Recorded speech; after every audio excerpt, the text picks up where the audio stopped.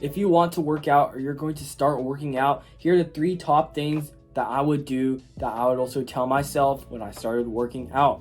So I'm just going to get straight into it because I don't really want to be around the bush. So number 1 is that you should go to a home gym and not a public gym.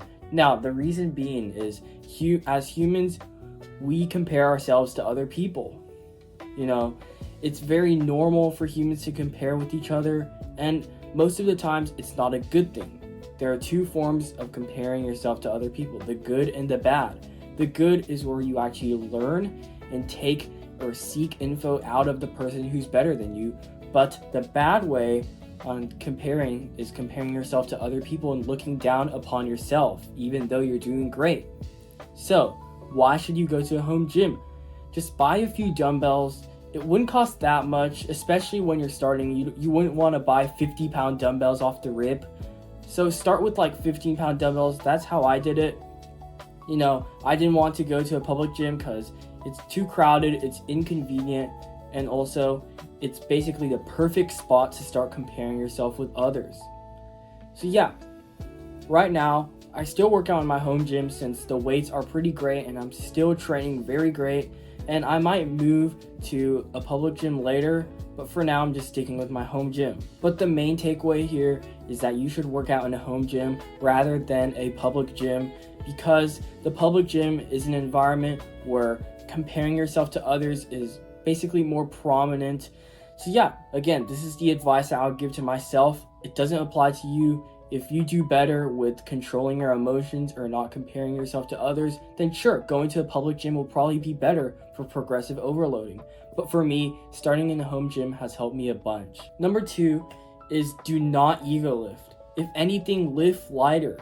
Cause I was very fortunate that I started out with a gym which had a maximum dumbbell weight of 20 pounds. And I didn't really have any motivation to ego lift. But I went to a hotel gym one time, maybe about within the first 3 months that I started, and there was like 50 pounds there, and I immediately picked those up since my ego was getting ahead of myself. So I started using the 50 pounds, I think it was rows, and I barely felt it on my back. I felt it on my shoulders, I felt it on my biceps, I felt it on every sort of places.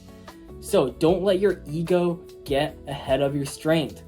Start with the ideal weight that you're supposed to use, that you feel comfortable with, the weight that you can do a few reps with. But the general gist is that you shouldn't ego lift because it's bad for your health, it's bad for your form, you might get injuries sometimes, and it's also not good for your gains. Now, number 3 is probably one of the most important ones, and it is just to create a customized gym training plan. Now, when I started, I just asked ChatGPT what to generate. It ended up generating me a pretty horrible one.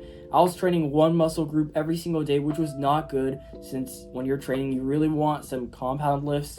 But when I started, I trained one muscle group every single day, which wasn't really good for my gains. So what I would do is I would run push-pull legs. It's the one I'm doing right now, except I do train legs 1 time a week, which I'm pretty ashamed of, but I gotta admit it to you guys since I want to keep it authentic. But make sure to run push-pull legs. Maybe the first 3 months of getting into fitness, I started incorporating push-pull legs, and my physique has skyrocketed, my gains have skyrocketed, and I basically knew what I was doing, which was very great. So if you're a big advocate for fitness, or you just started out, or you really want to get into fitness or working out, make sure to start a push-pull leg split. Now, this has worked for me, but doesn't mean that it will automatically work for you. So don't trust me 100% on this one, but I've been working out for roughly 9 months, 8 to 9 months, and I felt great after push-pull legs. My gains have been up, my body looks proportionate, everything looks good. You know, my growth has been exponential, not linear. So if you want the most gains, then make sure to try push-pull legs because that has helped me a lot. There's a bunch of compound lifts too, which are really good for hitting a bunch of muscle groups, which again helps a lot with your gains. Alrighty guys, this is going to be the video. Make sure to look at the description down below because I'm going to be showing you guys my push-pull pull and leg split. Basically, my workout that has made me a lot of gains in the past 8 to 9 months. And on the way down to the description, make sure to hit that like and subscribe button because it really helps me out. You won't regret it because I'll help you become the best version of yourself, and you guys might as well give me back. So this is going to be a video, and I'll see you guys next one.